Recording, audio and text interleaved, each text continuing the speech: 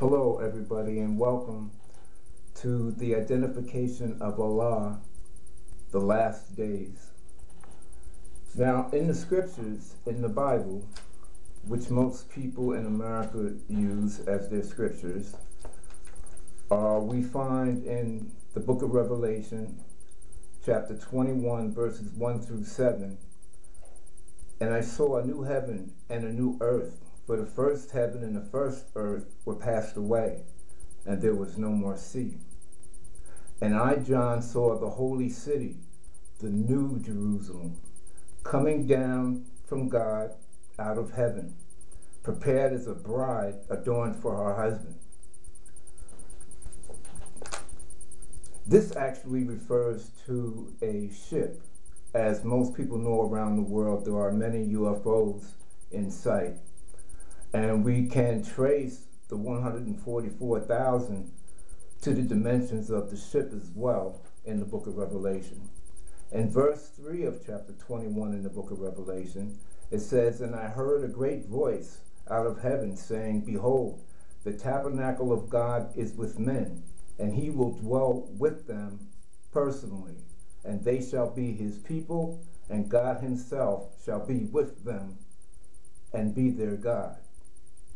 So in the last days, it is not just the Christ who comes, but as a sort of metaphor, God himself, who is with his people in the last days.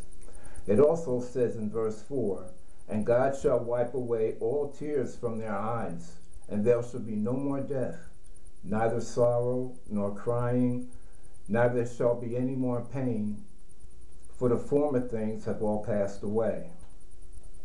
And he that sat upon the throne said, Behold, I make all things new. And he said unto me, Write, for these words are true and faithful. And he said unto me, It is done. I am Alpha and Omega, the beginning and the end. I will give unto him that is athirst of the fountain of water of life freely. He who overcometh shall inherit all things, and I will be his God, and they shall be my people." In Romans 9, verses 25 through 26, we find, "Those who were not my people, who the Jews called Gentiles, I will call my people. And her who was not beloved by the man, I will call my beloved." There's a couple of other verses we need to go into. In verse 26, same chapter 9 of Romans, "And in the very place," it is stated, which is the state of Israel in their so-called Torah, "where it was said to them, the Gentiles, You are not my people, they will be called sons and daughters of the living God." In Romans 9:22, we find, "Behold, I am laying in Zion a stone that will make men stumble, a rock that will make them fall. And he who believes in him will not be put to shame." Now, if anybody takes the alphanumerics of the word stone, you'll find a 1226, 1956, as well as my time of birth ratios, which is 9 Eastern Standard Time and 5 Greenwich Mean Time.